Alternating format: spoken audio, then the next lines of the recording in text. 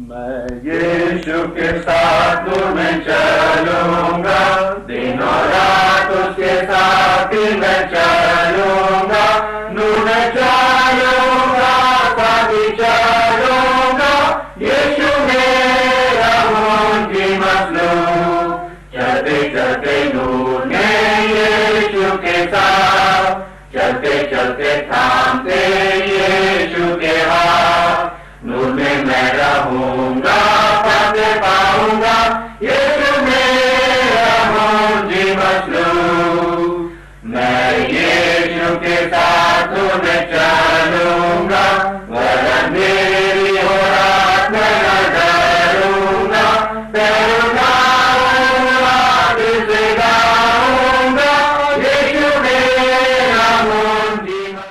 Bible हमें बताती है कि एक दिन न्याय का दिन होगा, जजमेंट डे होगा। और बाइबल हमें ये भी बताती है कि मनुष्य के लिए एक बार मरना और फिर न्याय का होना आवश्यक है और निश्चित है, इब्रानियों 9:27। लेकिन इस न्याय के दिन कुछ लोग बड़े आश्चर्य में पड़ जाएंगे। कई लोगों के लिए ये एक ऐसा दिन होगा जो बहुत चकित करने वाला दिन होगा। कई लोग इस दिन, न्याय के दिन, बड़े ताज्जुब में पड़ जाएंगे और कहेंगे हमें तो पता ही नहीं था।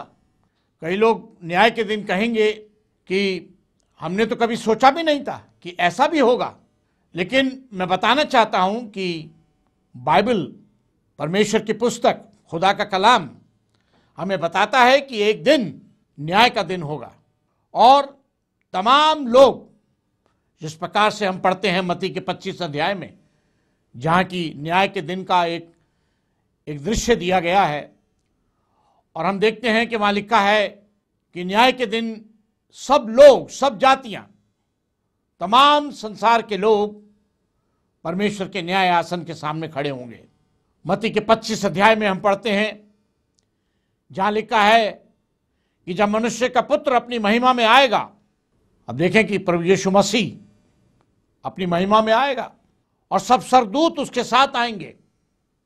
जरा अपने दिमाग में उस नज़ारे को सोचिए, उस नज़ारे को बनाइए, जब प्रभु यीशु मसीह अपनी महिमा में आएगा और सब स्वर्गदूत उसके साथ आएंगे, तो वह अपनी महिमा के सिंहासन पर विराजमान होगा।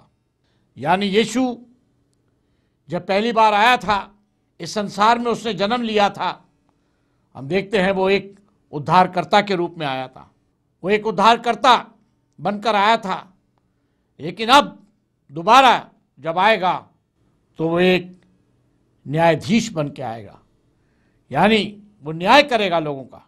हम देखते हैं वो कहता है और सब जातियां उसके सामने इकट्ठी की जाएंगी, और जैसा चरवाहा भेड़ों को बकरियों से अलग कर देता है, वैसे ही वह उन्हें एक दूसरे से अलग करेगा।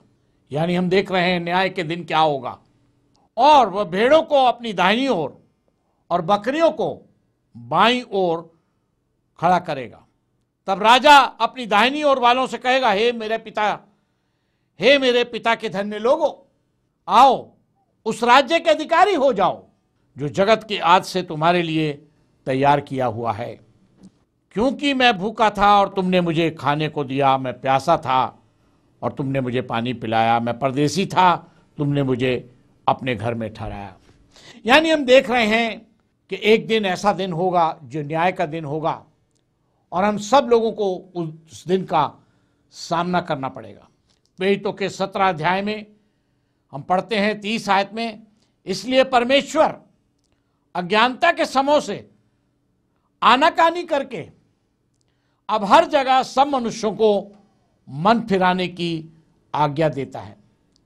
देखिए, एक बहुत बड़ी संजीदगी की बात है, एक बहुत ही सीरियस बात है कि परमेश्वर आनाकानी करके, मतलब वो धीरज धर रहा है और चाह रहा है कि लोग अभी भी अपना मन फिरा लें, बुराई को छोड़कर सच्चे मार्ग पर आ जाएं, क्योंकि उसने एक दिन ठहराया है, अर्थात परमेश्वर ने, जिसमें वे उस मनुष्य के द्वारा, यानी अपने पुत्र प्रभु यीशु मसीह के द्वारा धर्म से जगत का न्याय करेगा, जिसे उसने ठहराया है, और उसे मरे हुओं में से जिलाकर, यानी यीशु मसीह को, ये बात सब पर प्रमाणित कर दी है। एक दिन हम सब का न्याय होगा। दूसरा कुरिन्थियों 5:10 जहाँ लिखा है कि हम सब एक दिन परमेश्वर के न्याय आसन के सामने खड़े होंगे और हम सब परमेश्वर को अपना अपना लेखा जोखा देगा। और यही बात हम देखते हैं लिखी है रोमियो 14:12 में भी कि किस प्रकार से एक दिन हम सब अपने अपने कामों का लेखा जोखा देंगे। लेकिन जो बात हम देख रहे हैं वो ये कि एक दिन हम सबको परमेश्वर के न्याय आसन के सामने खड़ा होना पड़ेगा और कई लोगों के लिए ये ऐसा दिन होगा जो बड़ा चकित करने वाला दिन होगा। लोग हैरान हो जाएंगे, लोग कहेंगे हमने तो ऐसा देखा नहीं, हमने तो ऐसा सुना नहीं, लेकिन ऐसा होगा। इसलिए मैं कहता हूं और मैं कहना चाहता हूं कि देखिए अपने रोज़ाना की ज़िंदगी में, अपनी डे टू डे लाइफ में हम कई ऐसी बातें देखते हैं जो चकित करने वाली होती हैं। कई बार हम देखते हैं कि हमारा बिजली का बिल अधिक आ जाए, मान लो हमारा बिल 1000-2000 आता तो और अचानक 5-10 हज़ार आ जाए तो हम चकित हो जाते हैं, ये हुआ क्या, इतना बिल कैसे आ गया। और मान लिया अचानक कोई इनकम टैक्स का नोटिस आ जाए तो लोग सोचते हैं अरे ये नोटिस कैसे आ गया, चकित हो जाते हैं। अभी एक और हाल ही में मैंने खबर देखी टीवी पर कि एक व्यक्ति प्लेन क्रैश से, यानी प्लेन में, हवाई जहाज में आग लग गई थी दुबई में, वो बच गया, सब लोग बच गए थे उसमें। लेकिन कुछ ही दिन बाद इस आदमी को खबर मिली कि वो करोड़ों की लॉटरी जीत गया। तो ये उसके लिए एक चकित करने वाली बात थी, उसने कभी सोचा भी नहीं था। इसी तरीके से न्याय का दिन भी हम लोगों के लिए एक बहुत ही चकित करने वाला दिन होगा। और हम देखते हैं कि इस जिंदगी के बाद जब हम यहाँ से चले जाएंगे, क्योंकि बाइबल ये हमें बताती है, जैसा मैंने पहले कहा कि हम सबको एक बार मरना, सब मनुष्यों के लिए निश्चित है एक बार मरना, और उसके बाद न्याय का दिन निश्चित है। तो न्याय होना बहुत ही आवश्यक है। और बात यह है कि बहुत से लोग इस बात में विश्वास नहीं करते। बहुत से लोग कहते हैं कि ये एक मनगढ़ंत बात है, बहुत से लोग शायद इसको कहानी की तरह ले लें। लेकिन हम देखते हैं कि खुदा का कलाम, परमेश्वर का सच्चा वचन हमें बताता है कि ऐसा होगा और ज़रूर होगा कि एक न्याय का दिन आएगा। जैसा हमने पढ़ा मत्ती 25 में कि तमाम जातियां, तमाम लोग, चाहे वो कहीं के भी हों, अमेरिका के हों, इंग्लैंड के हों, जर्मन के हों, आंध्रा के हों, तमिलनाडु के हों, दिल्ली के हों, तमाम लोग परमेश्वर के न्याय आसन के सामने खड़े होंगे। बहुत से लोग हैं जो कि परमेश्वर में विश्वास भी नहीं करते, उनको हम नास्तिक लोग कहते हैं। और ये नास्तिक लोग कहते हैं कि ये सब बेकार की बात है कि परमेश्वर है और वो न्याय करेगा। उनके लिए ये मनगढ़ंत बात है, इसलिए वो कहते हैं कि मौज मस्ती करो, खाओ पियो, ऐश करो और कल की कल देखी जाएगी। लेकिन देखते हैं कि एक बुद्धिमान प्रचारक क्या कहता है इसके विषय में। सुलेमान ने अपनी किताब में लिखा था और कहा था, सबोपदेशक की 11 अध्याय में हम देखते हैं, वहाँ लिखा है, वो कहता है कि हे जवान, अपनी जवानी में आनंद कर, अपनी जवानी के दिनों में मगन रह। जैसे कि लोग कहते हैं, जैसा कि मैंने कहा कि लोग कहते हैं मगन रह, मौज मस्ती कर, ऐश कर, अपनी मनमानी कर। अब कई लोग अपनी मनमानी करते हैं, कहते कल की कल देखी जाएगी, खाओ पियो, ऐश करो और अपनी आंखों की दृष्टि के अनुसार चल। लोग कहते हैं चलो अपने जो दिल में आ रहा करो, परंतु ये जान रख, खुदा का कलाम कहता है, बुद्धिमान प्रचारक के द्वारा खुदा का कलाम कहता है, परमेश्वर का वचन कहता है, परंतु ये जान रख कि इन सब बातों के विषय में परमेश्वर तेरा न्याय करेगा। तो हमें ये जानने की आवश्यकता है कि एक दिन हमारा न्याय होगा। बाइबल हमें बताती है, बाइबल कहती है कि एक दिन तमाम लोग, एक ऐसा दिन आएगा, जी उठेंगे। दूसरा थिस्सलुनीकियों उसके पहले अध्याय में 6 आयत में ऐसा लिखा है, क्योंकि परमेश्वर के निकट ये न्याय है कि जो तुम्हें क्लेश देते हैं उन्हें बदले में क्लेश दे, और जो तुम्हें जो क्लेश पाते हो हमारे साथ चैन दे। उस समय जबकि प्रभु यीशु अपने सामर्थी दूतों के साथ, अब देखें ये न्याय के दिन के बाद के बारे में बता रहा है कि प्रभु यीशु मसीह अपने सामर्थी दूतों के साथ धधकती हुई आग में स्वर्ग से प्रकट होगा। ये कितनी एक भयानक है, कितनी बड़ी बात है कि प्रभु यीशु मसीह धधकती हुई आग में स्वर्ग से प्रकट होगा। और जो परमेश्वर को नहीं पहचानते, आज बहुत से लोग परमेश्वर को नहीं पहचानते, परमेश्वर में विश्वास नहीं करते, परमेश्वर के बारे में बड़ी अजीब अजीब बातें करते हैं, मखौल उड़ाते हैं, मजाक उड़ाते हैं। वो कहता है जो परमेश्वर को नहीं पहचानते और हमारे प्रभु यीशु मसीह के सुसमाचार को भी नहीं मानते। सुसमाचार क्या है? बाइबल हमें बताती है कि सुसमाचार है प्रभु यीशु मसीह मेरे हमारे पापों के लिए मारा गया, यानी क्रूस पर उसने अपने प्राणों को दिया और फिर कब्र में गाड़ा गया, लेकिन वो कब्र में रहा नहीं, वो तीसरे दिन मृतकों में से जी उठा। और हम देखते हैं ये जी उठने के बाद उसने ये दिखा दिया कि मृत्यु पर वो विजय प्राप्त करता है, मृत्यु पर विजय प्राप्त करी है। और यही सुसमाचार परमेश्वर चाहता है कि लोग उस सुसमाचार को माने। और उस सुसमाचार को हम कैसे मान सकते हैं? जब हम प्रभु यीशु मसीह में विश्वास करते हैं, जब हम प्रभु यीशु मसीह को खुदा का बेटा अंगीकार करते हैं और जब हम अपनी बुराइयों से मन फिराकर बपतिस्मा लेते हैं, तब इस सुसमाचार को हम मानते हैं। वो कहता है और हमारे प्रभु यीशु मसीह के सुसमाचार को नहीं मानते, उनसे प्रभु यीशु मसीह पलटा लेगा और वे प्रभु के सामने से और उसकी शक्ति के तेज से दूर होकर अनंत विनाश का दंड पाएंगे। ये उस दिन होगा जब वे अपने पवित्र लोगों में महिमा पाने और सब विश्वास करने वालों में आश्चर्य का कारण होने को आएगा, क्योंकि तुमने हमारी गवाही की प्रतीति की है। तो हम देखते हैं कि एक दिन प्रभु यीशु मसीह आएगा, न्याय होगा, न्याय का दिन होगा और वो जो उसके सुसमाचार को नहीं मानते वो उनसे पलटा लेगा। एक और आज जो हम देखना चाहते हैं, ये भी पहला थिस्सलुनीकियों में हम देखते हैं 4 अध्याय है। क्योंकि यदि हम प्रतीति करते हैं कि यीशु मरा और जी भी उठा, तो वैसे ही परमेश्वर उन्हें भी जो यीशु में सो गए हैं उसी के साथ ले आएगा। क्योंकि हम प्रभु के वचन के अनुसार तुमसे ये कहते हैं कि हम जो जीवित हैं और प्रभु के आने तक बचे रहेंगे तो सोए हुए में से कभी आगे नहीं बढ़ेंगे। 16वीं आयत में लिखा है, क्योंकि प्रभु आप ही स्वर्ग से उतरेगा, उस समय ललकार और प्रधान दूत का शब्द सुनाई देगा, यानी न्याय का दिन, और परमेश्वर की तुरही फूंकी जाएगी और जो मसीह में मरे हैं वे पहले जी उठेंगे। तब हम जो जीवित और बचे रहेंगे उनके साथ, यीशु के साथ बादलों पर उठा लिए जाएंगे। अभी बात को हम देखते हैं कि ये बात ये दिखाती है कि प्रभु यीशु मसीह इस पृथ्वी पर नहीं आएगा, इस पृथ्वी पर अपना राज्य बनाने नहीं आएगा, न्याय करने नहीं आएगा। न्याय प्रभु यीशु मसीह करेगा, लेकिन वो बादलों में आएगा, बादलों पर उठा लिए जाएंगे कि हवा में प्रभु से मिलें और इस रीति से हम सदा प्रभु के साथ रहेंगे। तो मित्रों, मैं ये बताना चाहता हूं कि न्याय का दिन निश्चित है और हम सब एक दिन परमेश्वर के न्याय आसन के सामने खड़े होंगे। उस न्याय के दिन तमाम जो मरे हुए हैं वो कब्रें खुल जाएंगी, वो जी उठेंगे। और इसी बात को हम यूहन्ना 5:27 से 29 में पढ़ते हैं। और जैसा हमने पढ़ा, और पहला कुरिन्थियों 15:52 आयत हमें बताती है कि जो जीवित हैं वो बदल जाएंगे। उस दिन तमाम जातियों के लोग परमेश्वर के न्याय आसन के सामने खड़े होंगे।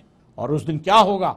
उस दिन अलगाव होगा, यानी भेड़ों को बकरियों से अलग कर दिया जाएगा, बुरों को अच्छों से अलग कर दिया जाएगा। यदि पति खराब है और पत्नी अच्छी है, उसको अलग कर दिया जाएगा।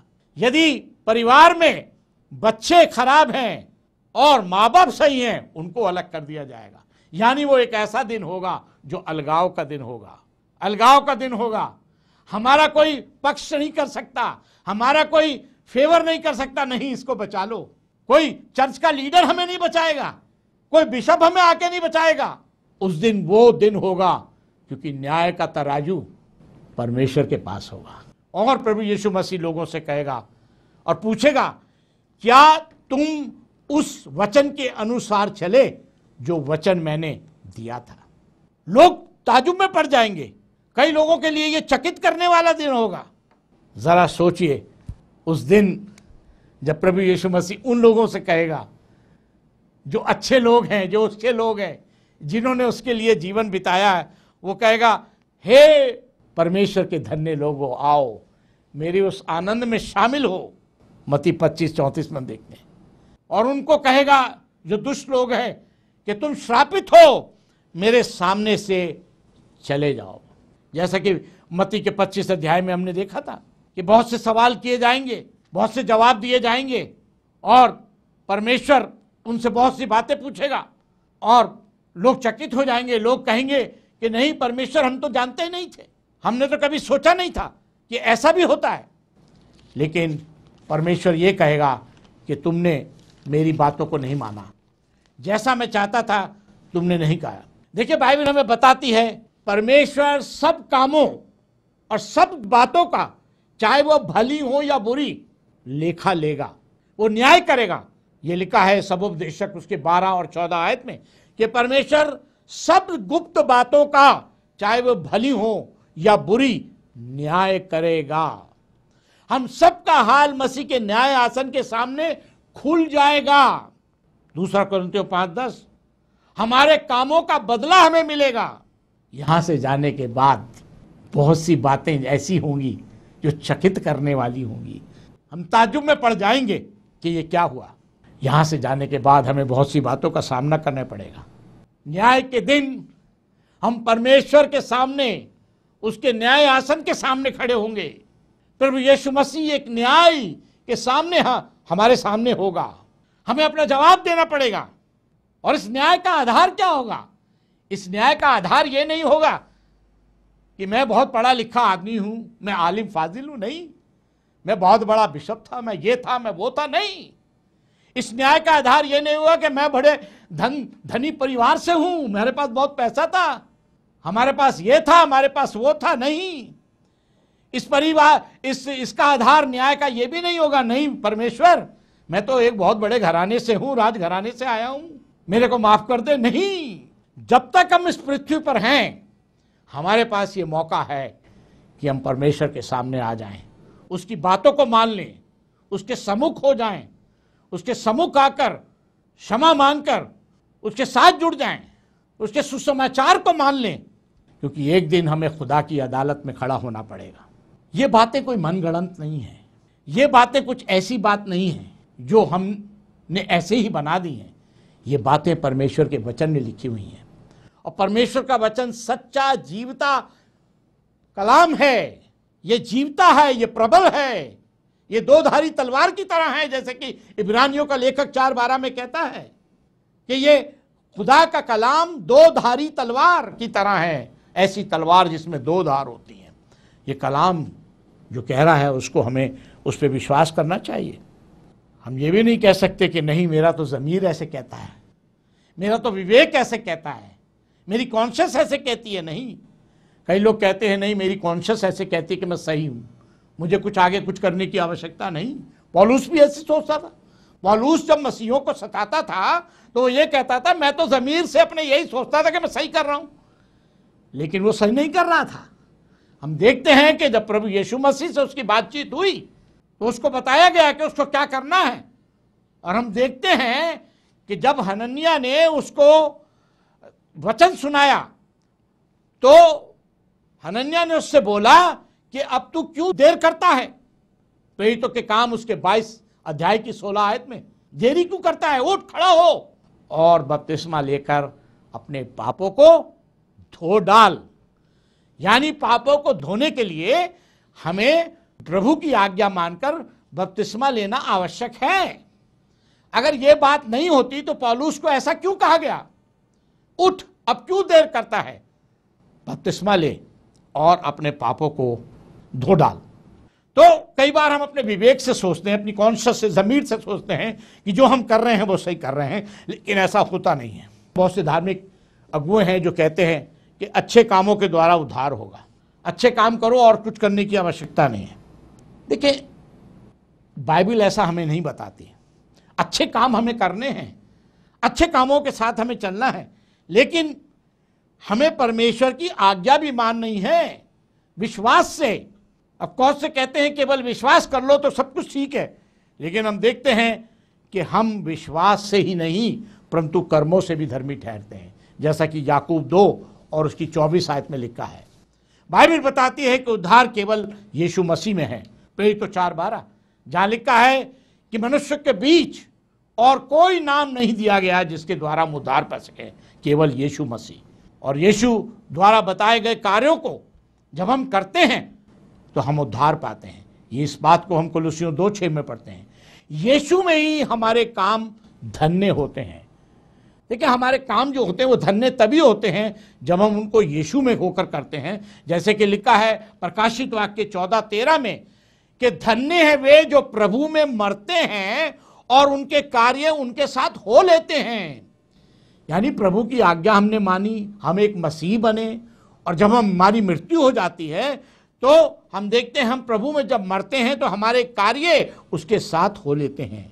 तो बाइबल की ये शिक्षा है कि हम परमेश्वर की आज्ञा को माने। परमेश्वर ने आज्ञा दी है कि हम उसके पुत्र पर विश्वास करें, यानी प्रभु यीशु मसीह पर, और बपतिस्मा लें। जैसे कि मरकुस 16:16 में लिखा है कि जो विश्वास करेगा और बपतिस्मा लेगा उसी का उद्धार होगा।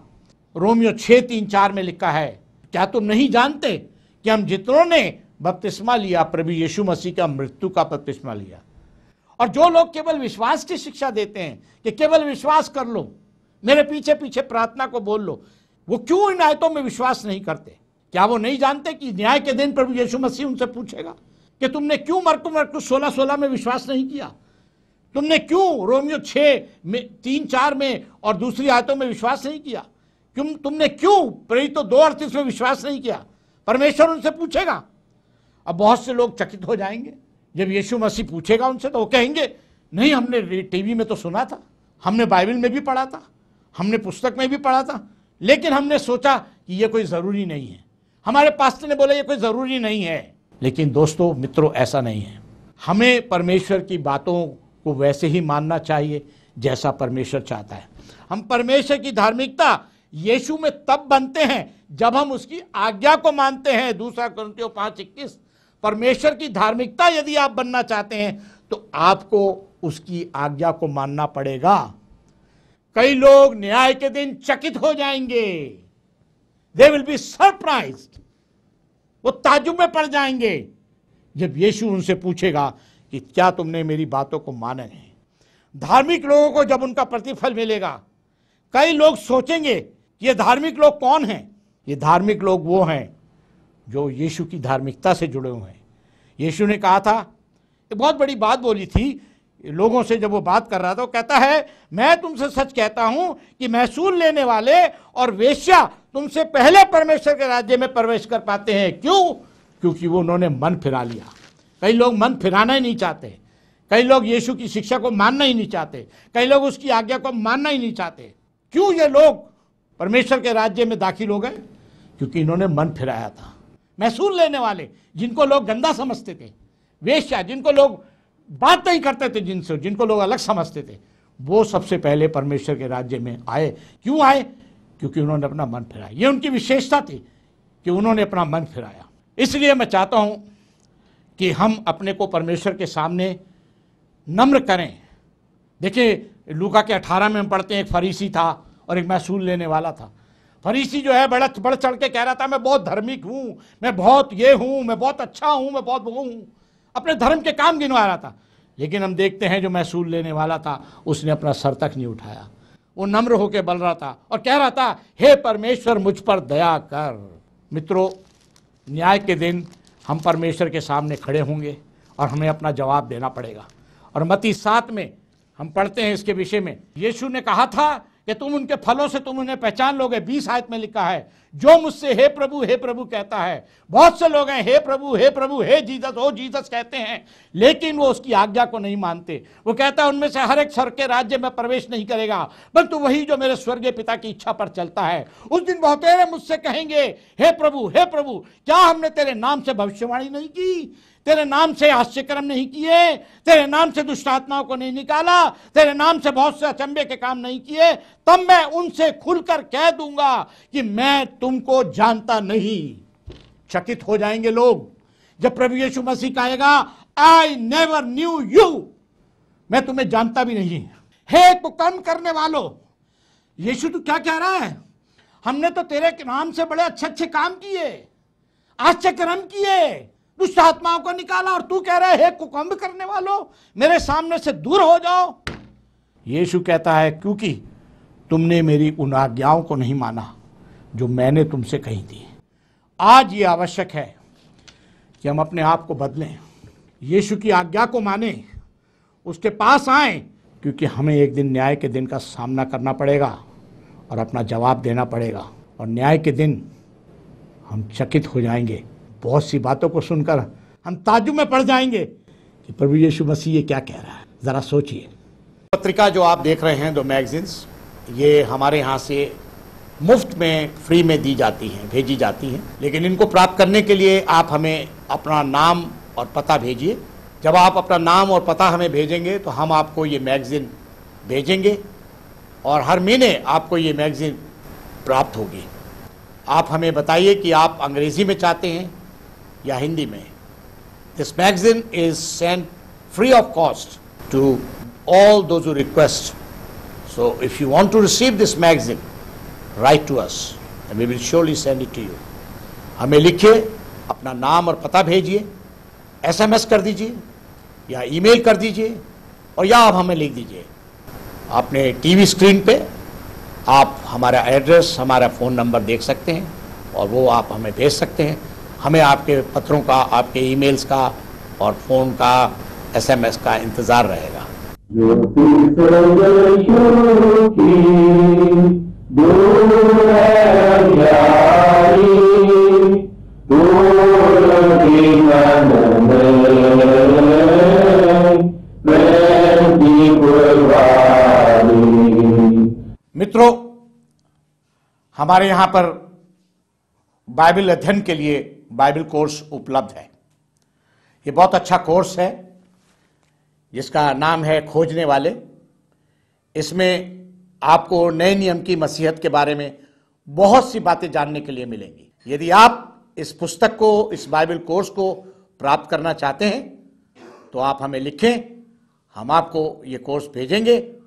और जब आप इसको भर कर भेजेंगे, हम इसको जांच कर आपके साथ, आपके सर्टिफिकेट के साथ भेज देंगे। मेरी आशा है कि आप हमें अवश्य लिखेंगे। और ये कोर्स जो है अंग्रेज़ी में भी है। यदि कोई अंग्रेज़ी में करना चाहता है तो हम अंग्रेज़ी में भी भेज सकते हैं। आज ही लिखिए और अपने कोर्स को प्राप्त करिए और बाइबल का अध्ययन कीजिए। परमेश्वर आपको आशीष दे। यदि आप बाइबल कोर्स को प्राप्त करना चाहते हैं और बाइबल अध्ययन करना चाहते हैं तो आप हमें इस पते पर लिख सकते हैं। Voice of truth, post box 4398 यानी 4398, नई दिल्ली 110019 110019। आप हमें SMS भी कर सकते हैं और उसके लिए हमारा सेल नंबर है 9911916321। आप हमें ईमेल भी कर सकते हैं davidfrancis53@rediffmail.com। मेरी आशा है कि आपने एड्रेस नोट कर लिया होगा, तो हमें इंतज़ार रहेगा आपके ख़तों का। आप हमें लिखिए और अपने कोर्स को प्राप्त कीजिए। परमेश्वर आपको आशीष दे। मोहब्बत खुदा के दिखाने के लिए साली पाचा गया यीशु, पहना काटूंगा की बजाय गुनहगार यीशु ने दिल करी पर अपनी जान, यीशु ने दिल करी पर अपनी जान, यीशु ने दिल करी पर अपनी जान, कि बचाऊं मैं रखा पाऊं सिर्फ मैं लगा, यीशु ने दिल करी पर